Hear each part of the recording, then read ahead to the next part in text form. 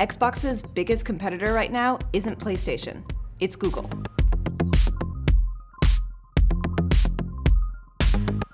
Stop me if you've heard this one before. Microsoft messed up big time with the launch of the Xbox One.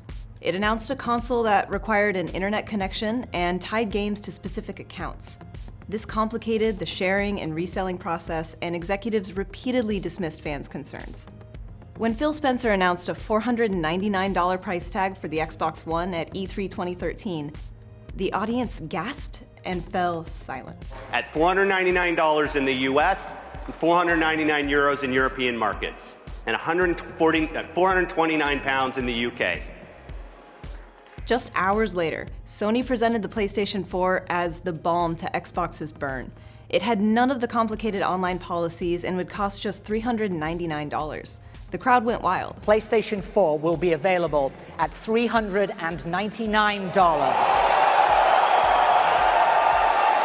Microsoft did a U-turn on many of its controversial policies soon after E3, but the damage was done. The PlayStation 4 went on to outsell the Xbox One almost 2-to-1. Sales don't tell the whole story, though. Almost exactly a year ago today, I looked back on Microsoft's original plan for the Xbox One and realized it made a lot of sense. Fortnite, Destiny, Apex Legends, Overwatch, the biggest games of this generation are online only. Online purchases have outstripped sales of physical discs since 2013. Microsoft has used its underdog position to revitalize its image. The launch of the world's most powerful console, the Xbox One X, along with gamer-friendly initiatives like Xbox Game Pass and its embrace of crossplay for titles like Fortnite, has it riding high. Pressure from Xbox and Nintendo has even forced Sony to adopt cross-console play, at least in a few titles. To cap everything off, Microsoft launched an all-digital version of the Xbox One in March, finally making its dream for this generation a reality. This is how it's been for nearly 18 years. Sometimes Xbox is on top, sometimes PlayStation, but the pair push and pull at each other's business models, setting the standards of console gaming in the process.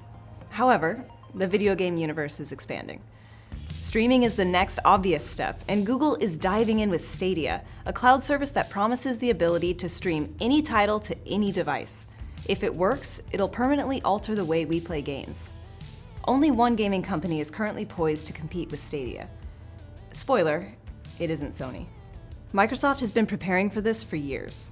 The company has its own cloud infrastructure, and it's building a streaming service codenamed Project xCloud. Every game that runs on Xbox One, including Xbox 360 titles, will be playable via xCloud, giving the service a debut lineup of more than 3,500 titles. A beta is expected this year, which Microsoft will likely talk about in just a few hours at its E3 event. Now, Stadia.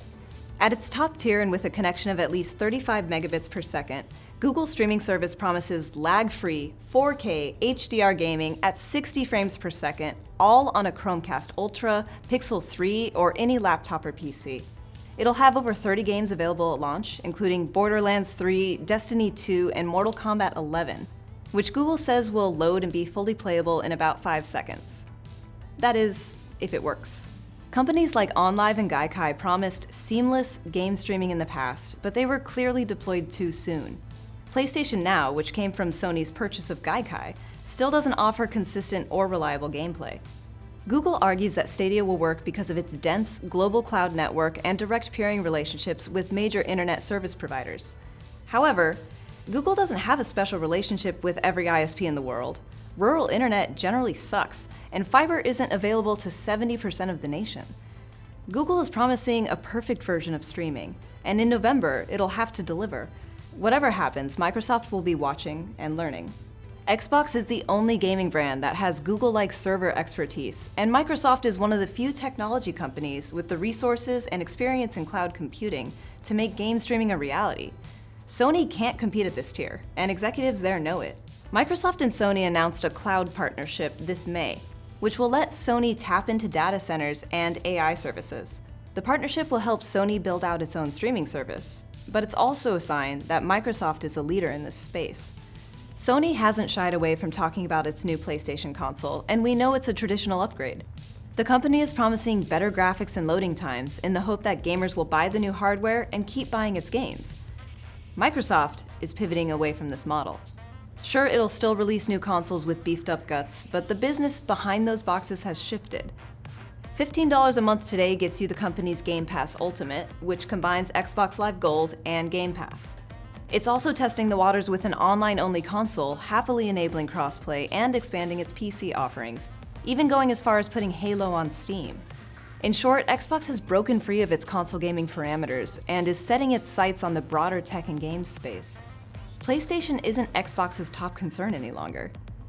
Google is massive enough that Stadia could crash and burn, and Google could walk away unscathed, a lot like it did with Fiber, and YouTube Gaming, and Google+, and Glass, and I could go on.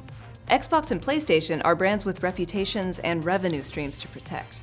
Microsoft was wrong before, and there's no guarantee that it's right this time. However, streaming will play a huge role in the future of video games. Over the next decade, it's likely that Xbox and PlayStation brands will evolve into services like HBO Now or Netflix. Consoles will be, and are already becoming, less important. In this world, content is king. PlayStation has a history rich in exclusive franchises, and Xbox has a few of its own. Plus, it just bought a handful of notable studios. Microsoft and Sony will probably go toe-to-toe on games forever. But right now, Microsoft and Google are fighting over where those games exist.